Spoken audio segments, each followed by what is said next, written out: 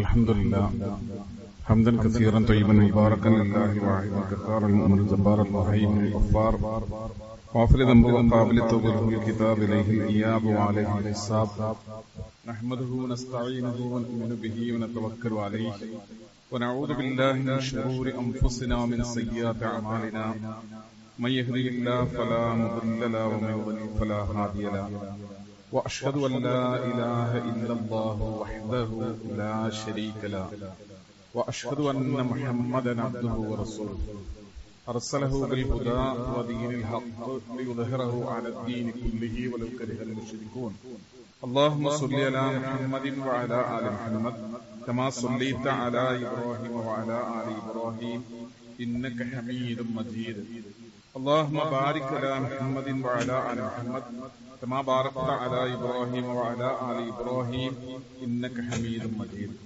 أما بعد فإن خير الكلام كلام الله وخير الهدي هدي محمد صلى الله عليه وسلم وشر الأمور محدثاتها وكل محدثة بدعة وكل بدعة ضلالة يا أيها الناس أوصيكم وإياي بتقوى الله أعوذ بالله السميع العليم من الشيطان الرجيم يا أيها الذين آمنوا اتقوا الله حق تقاته ولا تموتن إلا وأنتم مسلمون بسم الله الرحمن الرحيم الله نزل أحسن الحديث كتابا متشابها مثاني تقشعر منه جلود الذين يخشون ربهم ثم تلين جلودهم وقلوبهم إلى ذكر الله ذلك هدى الله يهدي به من يشاء ومن يضلل فما له من هاد. ആദരണീയരായ വിശ്വാസികളെ, സഹോദരന്മാരെ, സഹോദരികൾ, കാരുണ്യവാനായ അള്ളാഹുവിന്റെ കൽപ്പനകളെയും നിർദ്ദേശങ്ങളെയും ശ്രദ്ധിക്കണമെന്നും സൂക്ഷിക്കണമെന്നും തഖ്വയോടുകൂടെ ജീവിക്കണമെന്നും ഓർമ്മപ്പെടുത്തുകയാണ് ശക്തിയായി വസിയത്ത് ചെയ്യുക. പരിശുദ്ധ ഖുർആനും പ്രവാചക തിരുമേനി സല്ലല്ലാഹു അലൈഹി വസല്ലം തങ്ങളുടെ ചര്യകളും അനുസരിച്ച് ജീവിതങ്ങളെ ചിട്ടപ്പെടുത്തി നമ്മെ പിരിഞ്ഞ വിശ്വാസികളായ സഹോദരീ സഹോദരന്മാർ, അള്ളാഹു അവരുടെ ജീവിതങ്ങളിൽ വന്നുപോയ വീഴ്ചകൾ പുറത്തു കൊടുക്കുകയും കാരുണ്യവാനായ റബ്ബ് സുബ്ഹാനഹു വ തആല നമ്മയും അവരെയും പരലോകത്ത് സ്വർഗത്തിൽ ഒരുമിച്ച് കൂട്ടുകയും ചെയ്യുമാറാകട്ടെ. 4 പെൺകുട്ടികൾ വളരെ ദാരുണമായ രീതിയിൽ മരണപ്പെട്ട ഒരു വാർത്തയാണ് ഇന്നലെ വൈകുന്നേരം മുതൽ എന്റെ നാടിന്റെ വളരെ സമീപത്തുള്ള 2 കിലോമീറ്റർ ദൂരത്തുള്ള ഒരു പ്രദേശമാണ്. അള്ളാഹു ആ പെൺകുട്ടികൾക്ക് അവരുടെ പാരത്രിക ജീവിതം ചെറിയ മക്കളെന്ന നിലയിൽ സന്തോഷവും സമാധാനവും ഉള്ളതാക്കി തീർക്കുമാറാകട്ടെ.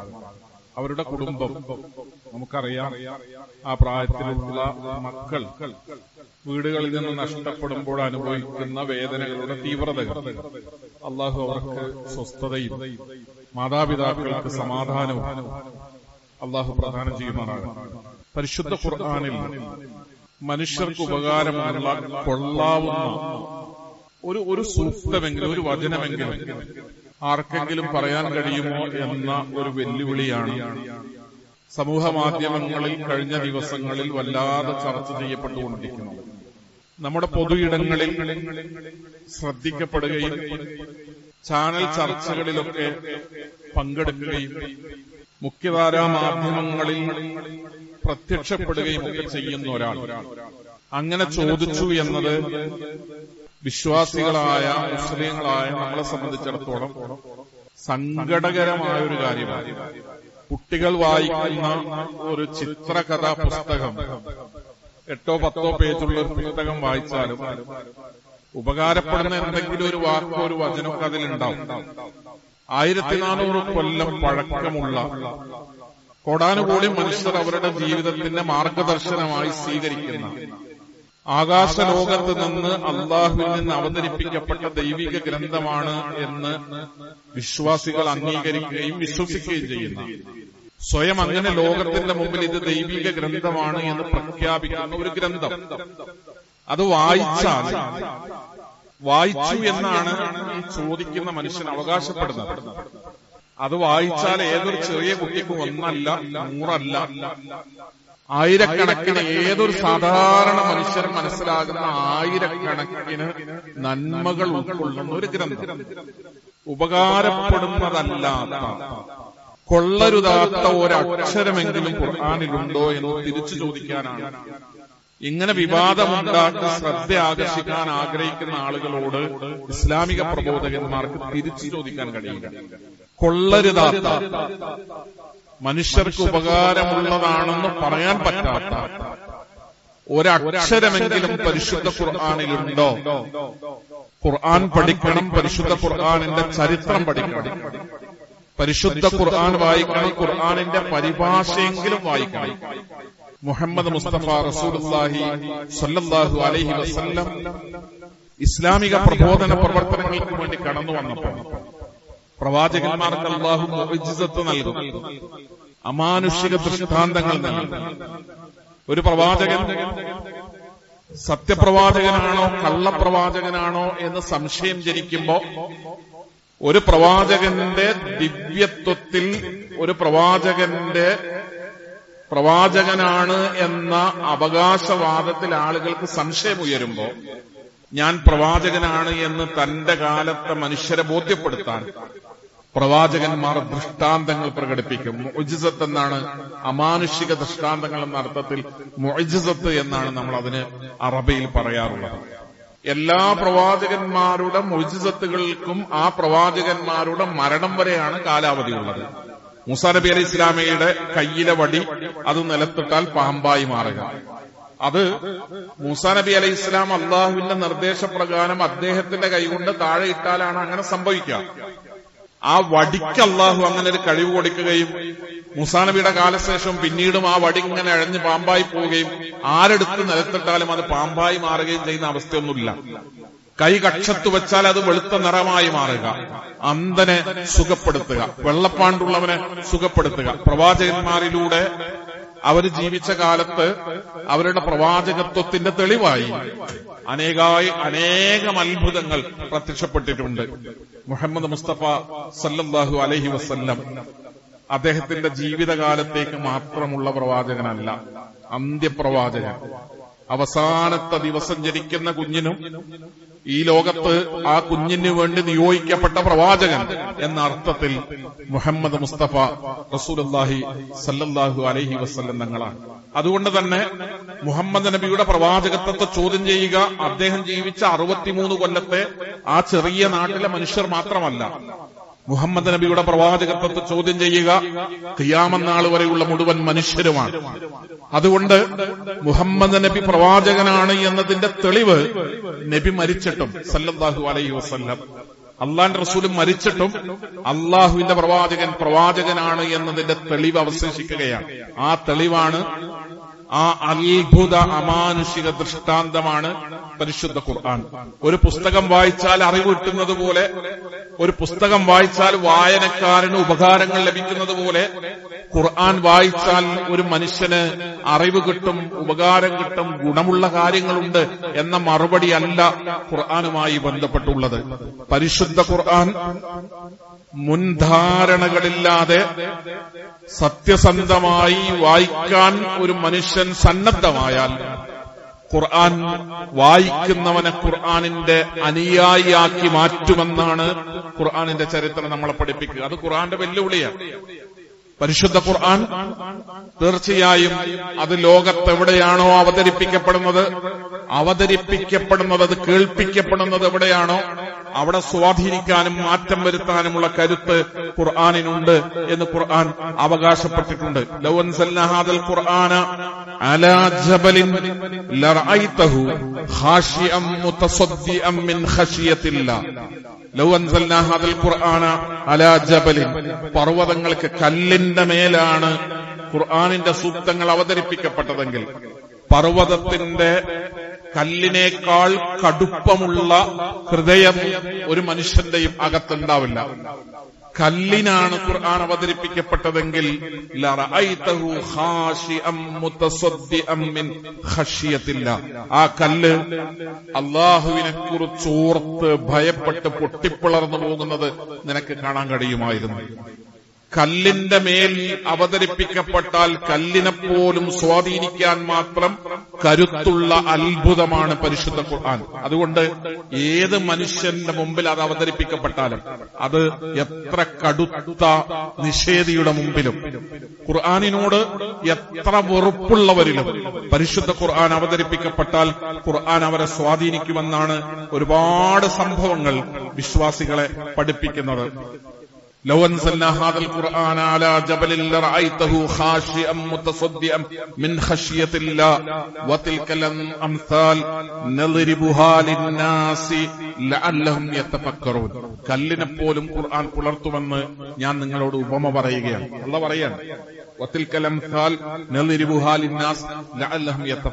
അങ്ങനെയാണെങ്കിൽ അവർ ഈ ഗ്രന്ഥത്തെക്കുറിച്ചൊന്ന് ചിന്തിക്കുന്നതിന് വേണ്ടിയാണ് അപ്രകാരം ചെയ്യുന്നത്.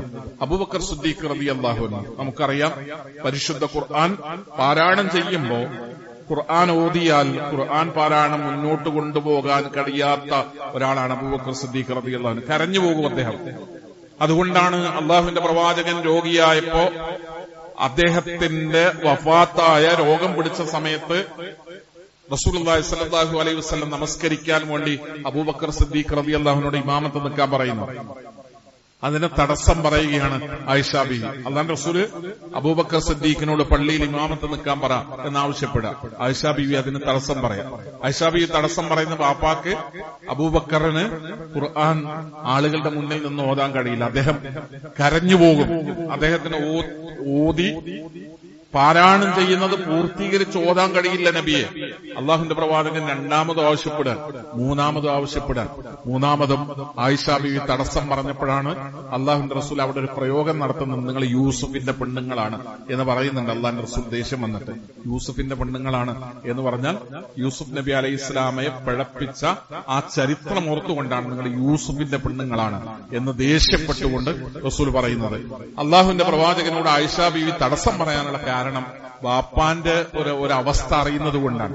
അബൂബക്കർ സിദ്ദീഖ് റളിയല്ലാഹു അൻഹു അദ്ദേഹത്തിന്റെ വീടിന്റെ മുറ്റത്ത് തന്നെ ഒരു ചെറിയ പള്ളി ഉണ്ടാക്കി. ثم بدا لأبي بكر فابتنى مسجدا بفناء داره.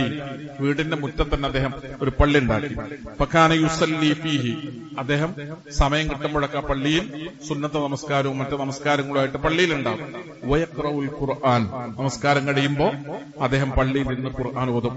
ഫയഖിഫു അലൈഹി നിസാഉൽ മുശ്രിക്കീൻ വഅബ്നാഉഹും. മുശ്രിക്കുകളായ സ്ത്രീകളും കുട്ടികളൊക്കെ അതിന്റെ ചുറ്റും വരും. ഇത് കേട്ട്, അദ്ദേഹത്തിന്റെ ഖുർആൻ പാരായണം കേട്ട് യഅജബൂന മിൻഹു, അത്ഭുതത്തോടുകൂടെയാണ് അവർ അവിടെ ഒത്തുകൂടുക. വയൻദുറൂന ഇലൈഹി വകാന അബൂബക്കർ റജുലൻ ബക്കാഅൻ. വല്ലാതെ വിതുമ്പിക്കരയുന്ന ഒരാളായിരുന്നു ഖുർആൻ ഓതുമ്പോ. ബക്കാ, വല്ലാതെ വിതുമ്പിക്കരയുന്ന ഒരാളായിരുന്നു അബൂബക്കർ സിദ്ദീഖ് റളിയല്ലാഹു അൻഹു. ലാ യംലികു ഐനൈഹി ഇദാ ഖറഅൽ ഖുർആൻ. ഖുർആൻ ഓതാൻ തുടങ്ങിയാൽ അദ്ദേഹത്തിന്റെ കണ്ണിന്റെ നിയന്ത്രണം നഷ്ടപ്പെടും.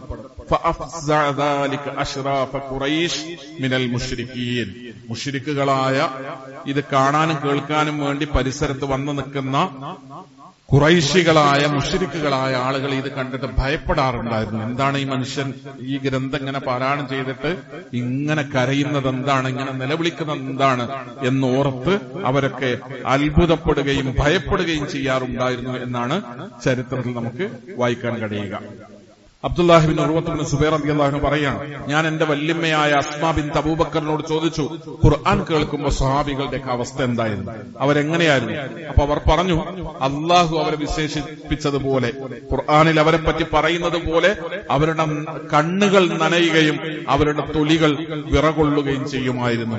സ്വഹാബികളൊക്കെ ഖുർആൻ ഓതിയാൽ, പരിശുദ്ധ ഖുർആൻ ആര് പാരായണം ചെയ്താലും ഖുർആനിനെ അറിഞ്ഞ് മനസ്സിലാക്കി ഖുർആനിന്റെ കൂടെ നിന്ന് നമ്മൾ ആര് ഖുർആൻ ഓതിയാലും ഇടറിപ്പോകും, കരഞ്ഞു പോകും, വിറച്ചുപോകും, സങ്കടം വരും, ബേജാറാകും, പേടി വരും, ആശങ്കകൾ ഉണ്ടാകും. അങ്ങനെ തന്നെയാണ് ചരിത്രം ആവർത്തിച്ച് പഠിപ്പിക്കുന്നത്.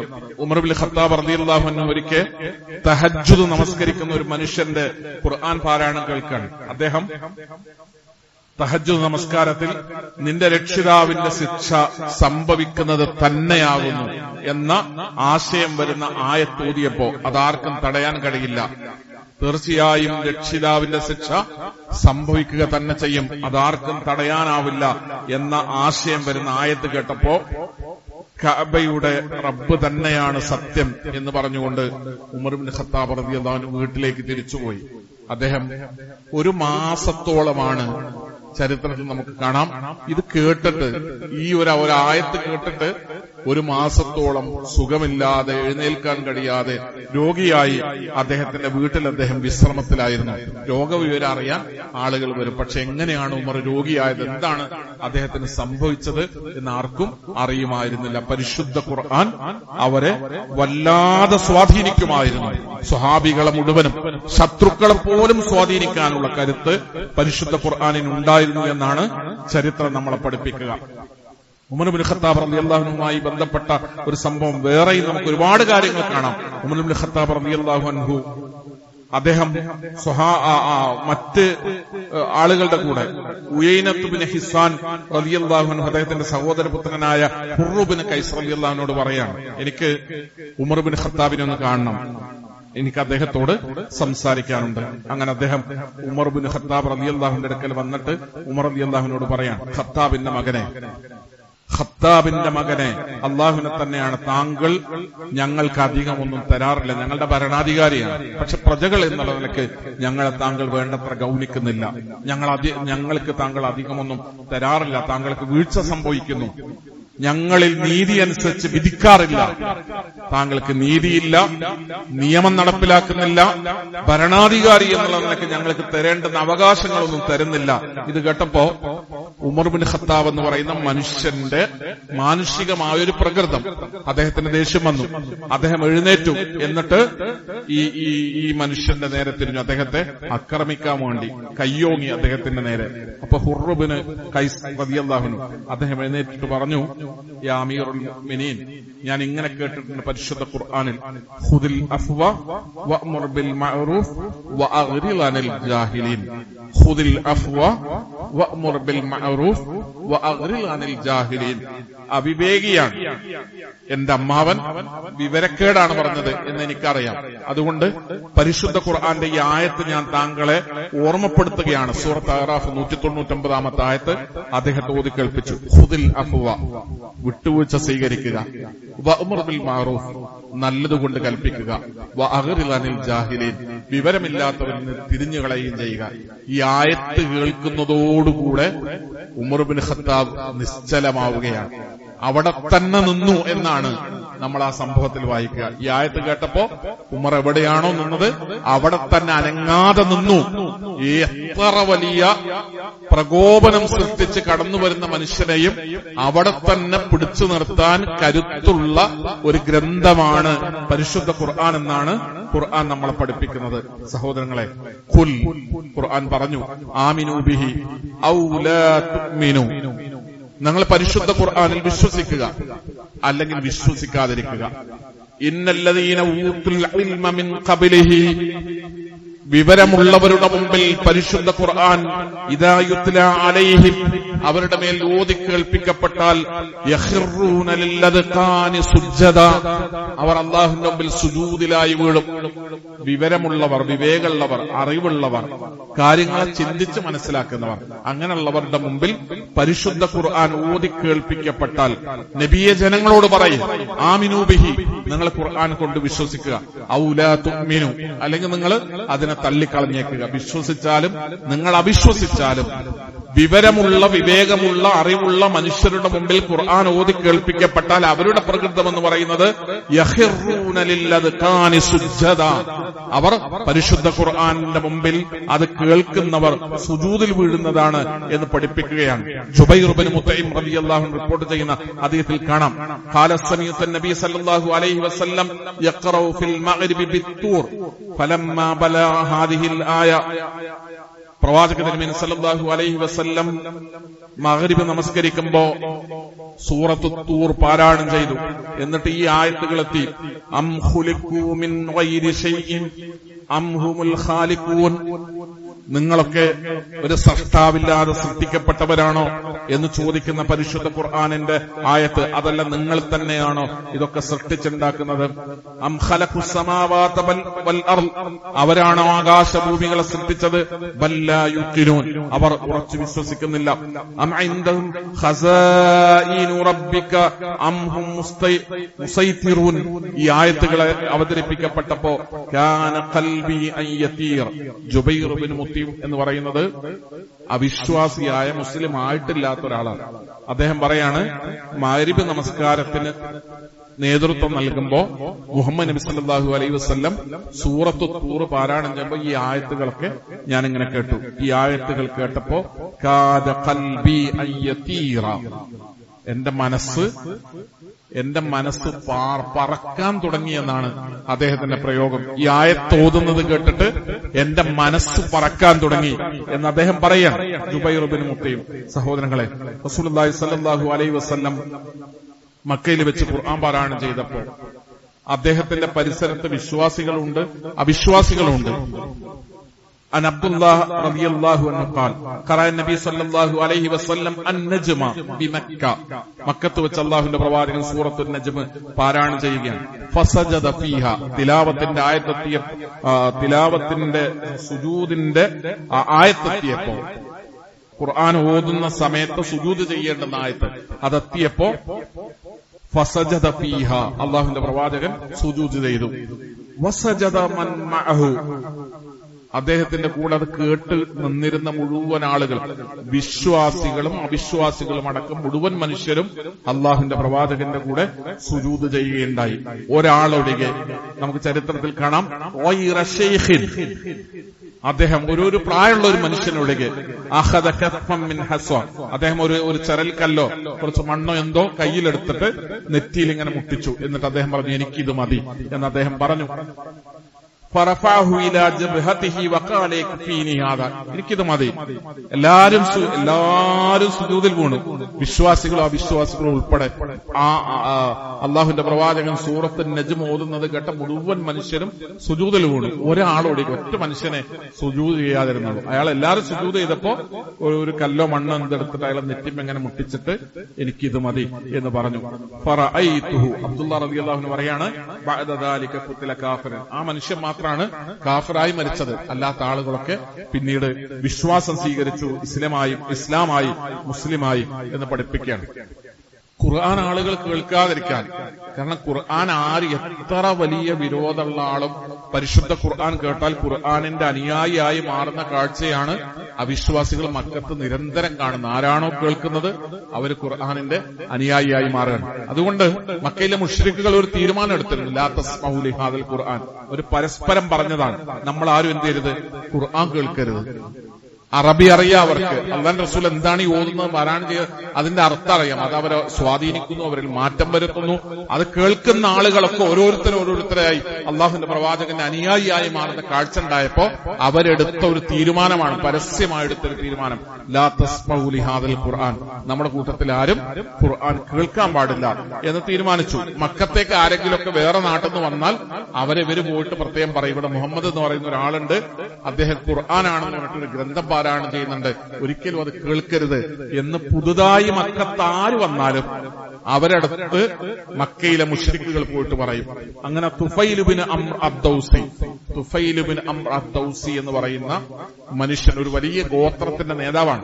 അദ്ദേഹം മക്കത്ത് വന്നപ്പോ മുശ്രിക്കുകളൊക്കെ കൂടി അദ്ദേഹത്തിന്റെ അടുത്ത് ചെന്നു. എന്നിട്ട് പറഞ്ഞു, ഇവിടെ മുഹമ്മദ് എന്ന് പറയുന്ന ഒരാളുണ്ട്, അയാൾ ഇങ്ങനെ ഒരു ഗ്രന്ഥം പാരായണം ചെയ്യുന്നുണ്ട്, താങ്കൾ ഒരിക്കലും അത് കേൾക്കരുത്. അത് കേട്ടാൽ താങ്കൾ നശിക്കും, കുടുംബം നശിക്കും, ഗോത്രത്തിൽ നിങ്ങൾ പരസ്പരം അങ്ങോട്ടും ഇങ്ങോട്ടുള്ള ബന്ധങ്ങളൊക്കെ നഷ്ടപ്പെടും, അവിശ്വാസത്തിലേക്ക്, നമ്മുടെ പാരമ്പര്യ വിശ്വാസത്തിൽ നിന്ന് നിങ്ങൾ തെറ്റായ വിശ്വാസത്തിലേക്ക് പോകും എന്ന് പറഞ്ഞിട്ട് അദ്ദേഹം വന്നപ്പോ തന്നെ മുശ്രിക്കുകളൊക്കെ അദ്ദേഹത്തെ പോയി കാണാം. അപ്പൊ ഒരു ഗോത്രത്തിന്റെ നേതാവാണ്, അയാളിൽ എന്തെങ്കിലും മാറ്റങ്ങൾ ഉണ്ടായാൽ ആ ഗോത്രത്തെ മുഴുവൻ സ്വാധീനിക്കും. അത് സംഭവിക്കാതിരിക്കാൻ ഇവർ കാണിക്കുന്ന ജാഗ്രതയാണ്. അപ്പോ തുഫൈൽ ഇബ്നു അംർ അദ്ദൗസി അദ്ദേഹം പറയാണ്, ഞാന് പലതവണ ഇവരിങ്ങനെ എന്നോട് പറഞ്ഞപ്പോ ഭയപ്പെട്ടു പോയി. ഞാൻ എന്റെ കയ്യിൽ പരുത്തി പഞ്ഞി കരുതി എന്റെ 2 ചെവിയിലും മുഹമ്മദിനെ കണ്ടാൽ എന്റെ 2 ചെവിയിലും തുറ്റുവെക്കാനുള്ള പഞ്ഞി 2 കഷ്ണം ഞാൻ എന്റെ കയ്യിൽ കരുതി. അങ്ങനെയാണ് ഞാൻ ഹറമിലേക്ക് ചെന്നത്. ഒരിക്കലും മുഹമ്മദിൽ നിന്ന് ഒന്നും കേൾക്കരുത് എന്ന് ഞാൻ തീരുമാനമെടുത്തിരുന്നു. പക്ഷേ അദ്ദേഹത്തെ കണ്ടപ്പോ, ഹറമിൽ പ്രവേശിച്ച സമയത്ത് അദ്ദേഹത്തെ കണ്ടപ്പോ എന്റെ മനസ്സിൽ വെറുതെ തോന്നി, ഇത് കേട്ടാൽ എന്താണ്? എനിക്കിതിനെക്കുറിച്ച് ചിന്തിക്കാനുള്ള കഴിവുണ്ടെങ്കിൽ വേണമെങ്കിൽ എടുത്താൽ മതിയല്ലോ, വേണ്ടെങ്കിൽ എനിക്ക് വേണ്ട എന്ന് വെക്കാൽ എനിക്കതിനെ തള്ളിക്കളയാമല്ലോ എന്ന് കരുതിയിട്ട് ഞാൻ എന്റെ ചെവിയിൽ പഞ്ഞു വെച്ചില്ല. ഞാൻ മുഹമ്മദിൽ നിന്ന് ഖുർആൻ ശ്രദ്ധിച്ചു കേട്ടു. സുബ്ഹാനല്ലാഹ്, സുബ്ഹാനല്ലാഹ്. തുഫൈൽ ഇബ്നു അംർ അദ്ദൗസി പറയാണ്, സുബ്ഹാനല്ലാഹ്, അല്ലാഹു എത്ര പരിശുദ്ധനാണ്. ഇതിനേക്കാൾ നല്ലത്, ഇതിനേക്കാൾ മനോഹരമായത് ഞാൻ എന്റെ ജീവിതത്തിൽ അതിനു മുമ്പ് കേട്ടിട്ടേ ഉണ്ടായിരുന്നില്ല. അങ്ങനെയാണ് അദ്ദേഹം ഇസ്ലാം സ്വീകരിക്കുകയും അദ്ദേഹത്തിന്റെ ഗോത്രത്തിൽ പോയി അദ്ദേഹം പരസ്യമായി ഇസ്ലാമിനെ കുറിച്ച് പ്രഖ്യാപനം നടത്തുകയൊക്കെ ചെയ്യുന്നത്. റസൂൽ പറയുന്നുണ്ട്, താങ്കൾ തുഫൈൽ ഗോത്രത്തോട് പോയി പറയുമ്പോ, ഇത് പ്രഖ്യാപിക്കുമ്പോ താങ്കളുടെ ഗോത്രക്കാർ ഒരുപക്ഷെ താങ്കളുടെ ശത്രുക്കളാവും. അപ്പൊ തുഫൈൽ അവരുടെ നേതാവാണ്. അദ്ദേഹം പറഞ്ഞു, ഇല്ല നബി, ഒരിക്കലും ഞാൻ അവർക്ക് ശത്രുവാവില്ല, അവരൊരിക്കലും എന്നെ ധിക്കരിക്കയില്ല, ഞാൻ അവർക്ക് വലിയ ഇഷ്ടമുള്ള നേതാവാണ് എന്ന് പറഞ്ഞിട്ടാണ് അദ്ദേഹം പോയത്. അദ്ദേഹത്തിന്റെ കുടുംബക്കാരെയും ഗോത്രക്കാരെയും മുഴുവൻ വിളിച്ചു കൂട്ടിയിട്ട് അദ്ദേഹം ലാ ഇലാഹ ഇല്ലല്ലാഹ് അവരോട് പറയുകയും പ്രഖ്യാപിക്കുകയും ചെയ്തെന്നുണ്ട്. വല്ലാതെ അദ്ദേഹത്തെ സ്നേഹിക്കുന്നവർ 4 ഭാഗത്തു നിന്നും ഒരേ സമയം അമ്പെയ്ത് അദ്ദേഹത്തെ കൊന്നുകളഞ്ഞു എന്നാണ് ചരിത്രത്തിൽ നമ്മൾ വായിക്കുക.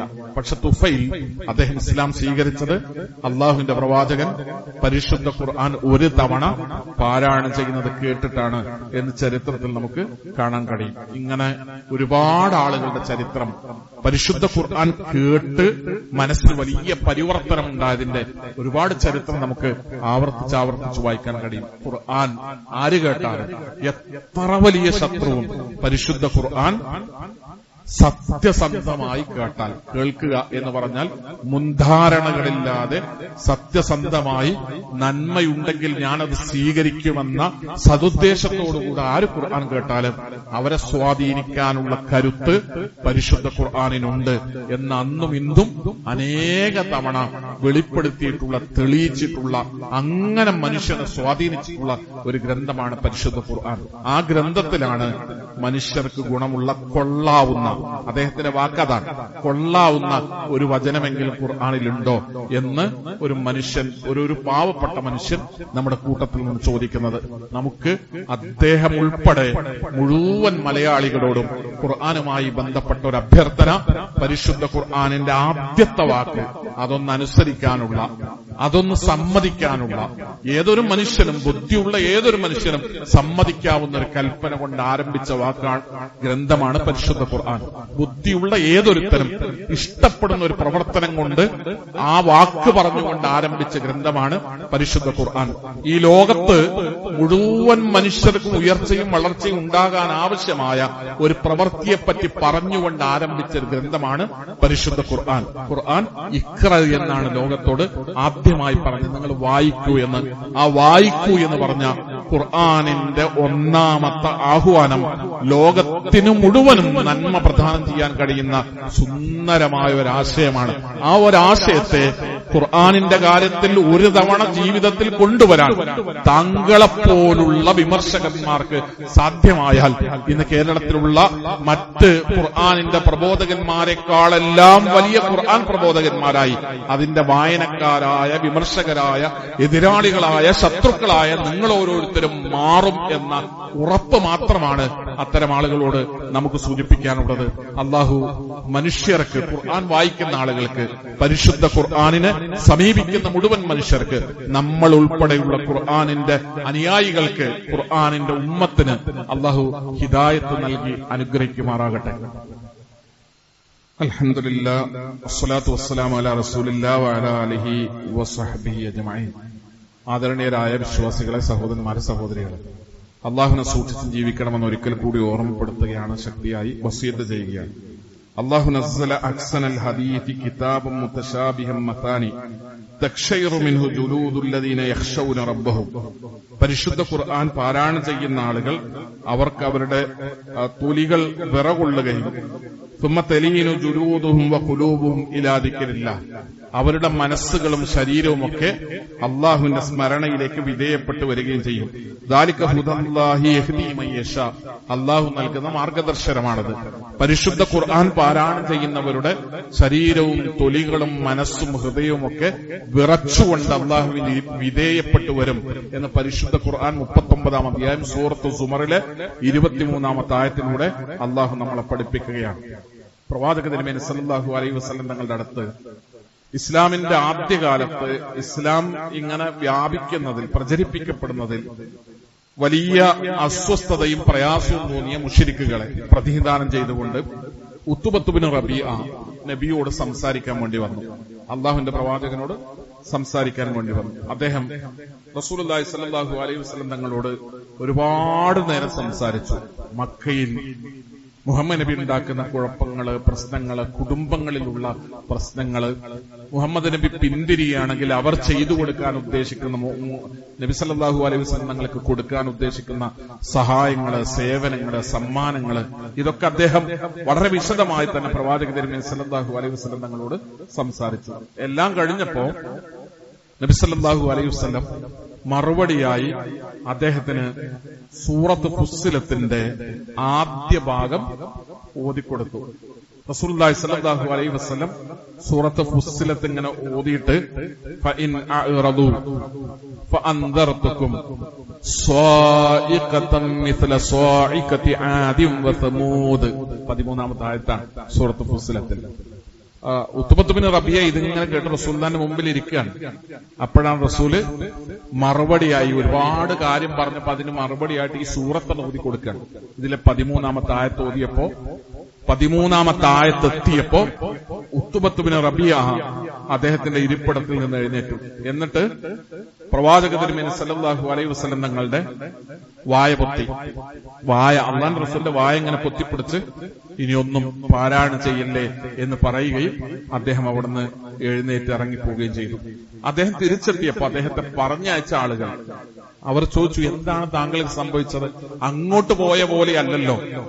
വലിയ ആവേശത്തോടുകൂടെ അങ്ങോട്ടൊരാൾ പോയിട്ട് എല്ലാം ഇപ്പൊ തീർത്തു തരാം, ഞാൻ പറഞ്ഞ് അവസാനിപ്പിച്ചു തരാം എന്ന് വാഗ്ദാനം ചെയ്ത്, കൂടെയുള്ള ആളുകളോടൊക്കെ വാഗ്ദാനം ചെയ്ത് നബിയെ പറഞ്ഞ് പിന്തിരിപ്പിക്കാൻ പോയ ആളാണ് വളരെ നിശബ്ദനായി തിരിച്ചു വരുന്നത്. അപ്പൊ അദ്ദേഹം പറഞ്ഞു, അല്ലാഹുവാണ് സത്യം. വല്ലാഹ്, ഉത്ബത്ത് ബിൻ റബീഅ പറയാണ് തന്നെ പറഞ്ഞയച്ച ആളുകളോട്, അല്ലാഹുവാണ് സത്യം. ഞാനൊരു വാക്ക് കേട്ടു. ഞാൻ കേട്ട വാക്ക് ഞാൻ മുമ്പ് ഒരിക്കലും ഇങ്ങനെയുള്ള ഒരു സംസാരം ഞാൻ കേട്ടിട്ടേയില്ല. വല്ലാഹ്, ഇടക്കിടക്ക് ഓരോ വാക്കിന്റെ ഇടയിൽ അദ്ദേഹം ഇങ്ങനെ സത്യം ചെയ്യുന്നുണ്ട്. അല്ലാഹുവാണ് സത്യം, ഞാൻ കേട്ടത് സിഹറല്ല, ഒരു സാഹിറിന്റെ ജാലവിദ്യ കാണിക്കുകയാണ് എന്നത് പറയാൻ കഴിയില്ല. ജാലവിദ്യയല്ല, സിഹറല്ല. പരിശുദ്ധ ഖുർആനിലെ സൂറത്ത് ഫുസ്സിലത്ത് ഉത്ബത്ത് ബിൻ റബീഅ കേട്ടിട്ട് മുഹമ്മദിനെ ദൗത്യത്തിൽ നിന്ന് പറഞ്ഞ് പിന്തിരിപ്പിക്കാൻ വേണ്ടി നിയോഗിക്കപ്പെട്ട ഖുറൈശിന്റെ നേതാവ് വന്ന് തന്റെ അനുയായികളോട്, കൂടെയുള്ളവരോട് തന്റെ അനുഭവം പങ്കുവെക്കാൻ, ഞാനൊരു വാക്ക് കേട്ടു, അതൊരിക്കലും കവിതയല്ല. വല്ലാഹ്, അല്ലാഹുവാണ് സത്യം, അത് സിഹറല്ല. വല്ലാഹ്, അല്ലാഹുവാണ് സത്യം, അത് ജ്യോത്സ്യമല്ല.